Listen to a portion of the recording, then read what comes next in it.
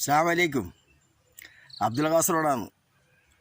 സഹോദരന്മാരെ, എൻ്റെ ഈ വീഡിയോ കാണുന്ന പ്രേക്ഷകരോട് എനിക്ക് ആദ്യമായിട്ട് പറയാനുള്ളത്, നിങ്ങൾ ഈ വീഡിയോ ഒന്ന് തിരിച്ചൊന്ന് കാണണം. കാരണം വെച്ചാൽ ഞാൻ ഈ പറയുമ്പോൾ ചിലപ്പോൾ കോൺഗ്രസിനെയോ അല്ലെങ്കിൽ ലീഗിനെയോ ഒക്കെ വിമർശിക്കുന്നത് കാണുമ്പോൾ ചിലപ്പോൾ എന്നോട് ഇയാളാരിപ്പോൾ പറയാമെന്ന് ചോദിക്കുന്ന ഒരുപാട് ആളുകളുണ്ട് കമൻറ്റ് ബോക്സിലൊക്കെ.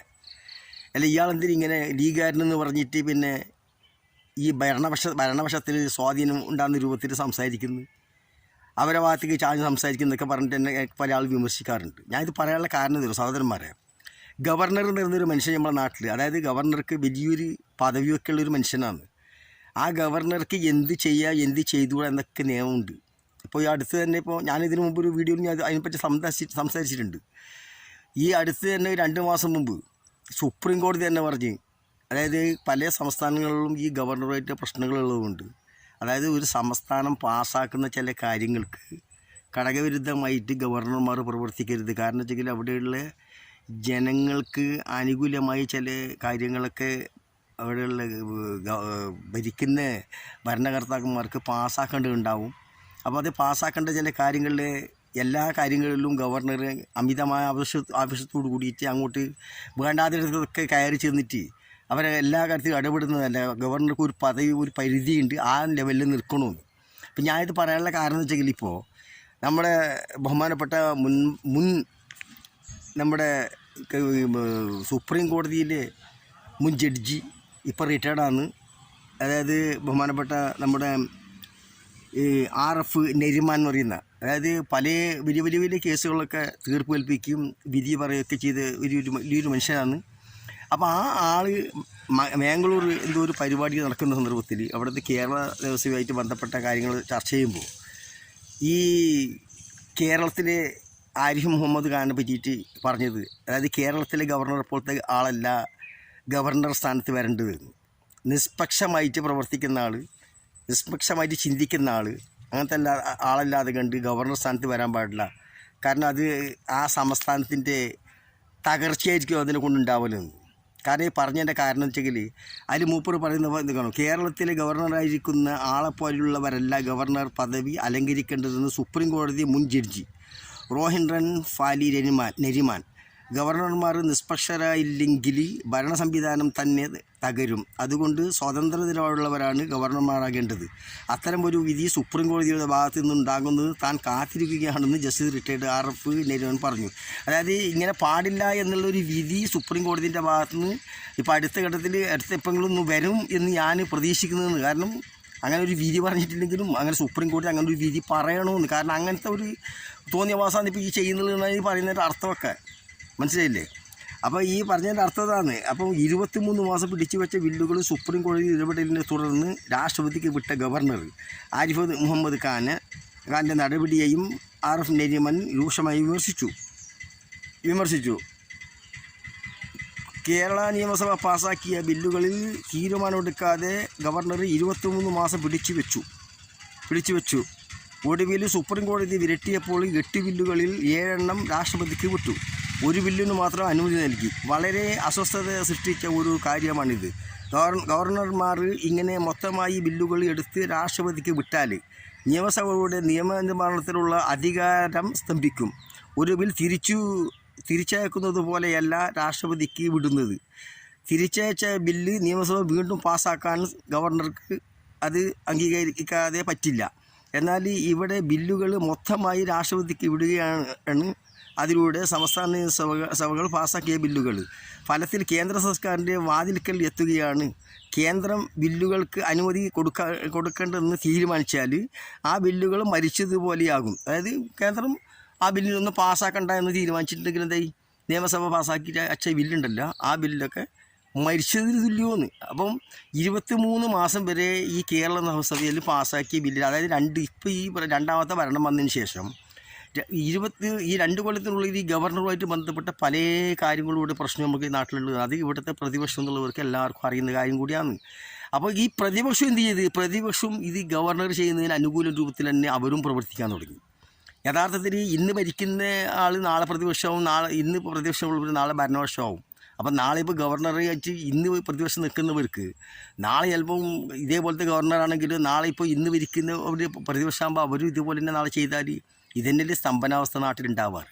അപ്പോൾ പ്രതിപക്ഷം എന്നുള്ള നിലക്ക് പ്രതിപക്ഷമൊക്കെ ഇതൊക്കെ ചെയ്യേണ്ടത് വെച്ചെങ്കിൽ ഇതൊക്കെ ഭരണപക്ഷത്തിൻ്റെ ഒക്കെ കൂടിയിട്ട് ഈ ഗവർണർമാർക്ക് ചെയ്യാൻ പാടില്ലാത്ത ചില കാര്യങ്ങൾ ചെയ്യുന്ന കാണുമ്പോൾ അത് ശരിയല്ല എന്ന് പറഞ്ഞിട്ട് ഈ പ്രതിപക്ഷം കൂടെ ഭരണപക്ഷത്തിനൊക്കെ കൂടി ചെയ്യണം. അതാണ് വേണ്ടത്.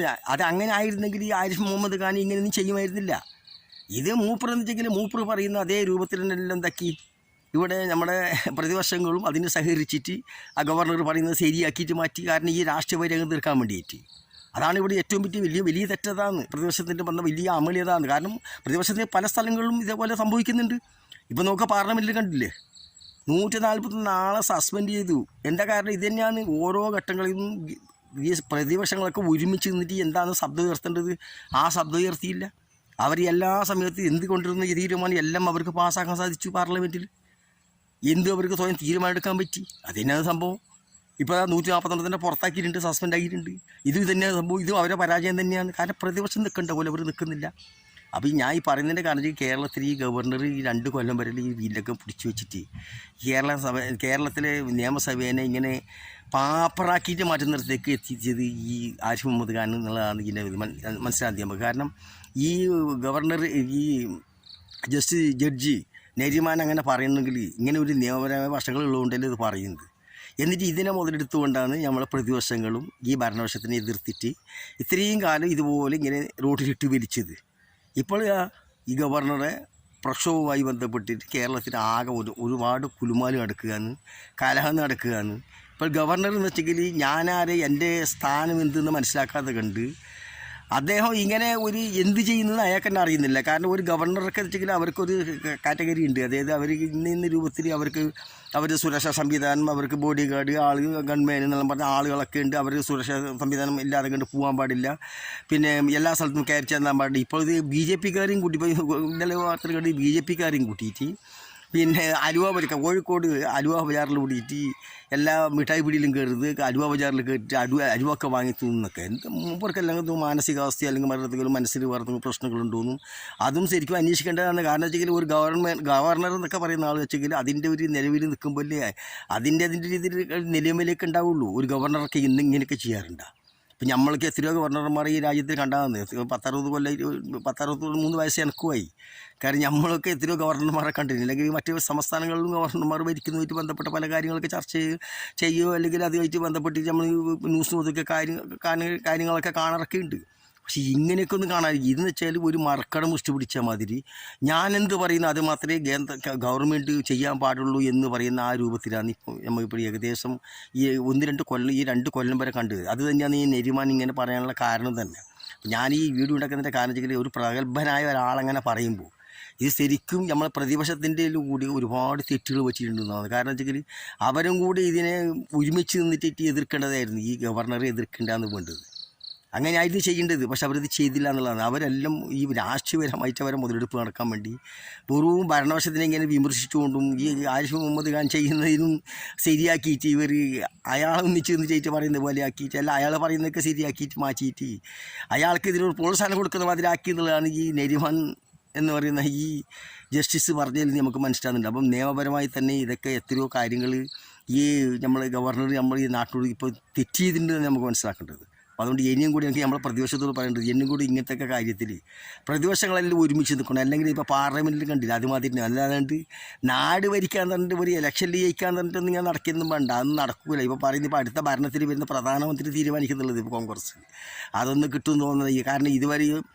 എത്ര MP-മാരെ കിട്ടുമെന്നുള്ള വിശ്വാസം തന്നെ ഇടയില്ല. ഒരു 200 MP-നാക്കാൻ പറ്റുമെന്ന് തന്നെ ഇപ്പോഴത്തെ നിലപാട് തോന്നുന്നില്ല. എന്നിട്ടല്ലേ പിന്നെ ഈ അടുത്ത പ്രധാനമന്ത്രി ആര് വേണ്ട എന്നുള്ളത് തീരുമാനിക്കൽ. ഇതിങ്ങനത്തെ എല്ലാ പ്രശ്നങ്ങളും ഒരേ കാര്യം രാഷ്ട്രീയമായിട്ട് കൈകാര്യം ചെയ്യാതെ കണ്ട് ജനങ്ങൾ ഉത്ബോധന ബോധപരമാക്കാതെ കണ്ട് രാഷ്ട്രീയ ബോധപരമാക്കാതെ കണ്ട് ഓരോ സ്ഥലത്ത് പരാജയപ്പെടുമ്പോൾ അടുത്തിൽ ഞങ്ങൾ വരും, ഞങ്ങൾ പരാജയം എന്തെന്ന് ഞങ്ങൾ കാരണം അന്വേഷിക്കും, എന്നിട്ട് മുന്നോട്ട് പോകും എന്ന് പറഞ്ഞിങ്ങനെ പോയതുകൊണ്ടൊന്നും രാജ്യം ഭരിക്കാനൊന്നും പറ്റൂല. ഇപ്പോഴത്തെ നിലപാട് കണ്ടാൽ അടുത്ത 24 ഏകദേശം നമ്മളെ നരേന്ദ്രമോദി തന്നെ വരുന്നത് ഉറപ്പ്. യാതൊരു സംശയമൊന്നും വേണ്ട. ഇങ്ങനെയാണ് പോകുന്നതെങ്കിൽ അതുകൊണ്ട് പ്രതിപക്ഷമായാലും ഭരണപക്ഷമായാലും ആരെയും തിരക്കേടില്ല. കേന്ദ്രം ഭരിക്കണമെങ്കിൽ അതായത് നിലപാട് മനസ്സിലാക്കി കഴിഞ്ഞത്ര എല്ലാ പാർട്ടിയോടും ഒരുമിച്ച് പോകാനുള്ള സംവിധാനം ഉണ്ടാക്കിയില്ലെങ്കിൽ അടുത്തേലും ഭരണം മോഡി തന്നെ കൊണ്ടുപോകും, യാതൊരു സംശയമൊന്നുമില്ല. ഇത്രയും പറഞ്ഞുകൊണ്ട് ഞാൻ നിർത്തുന്നത്. അടുത്ത വീട്ടിൽ കാണുന്നവർക്ക് എല്ലാവർക്കും ചെയ്യുന്നത്.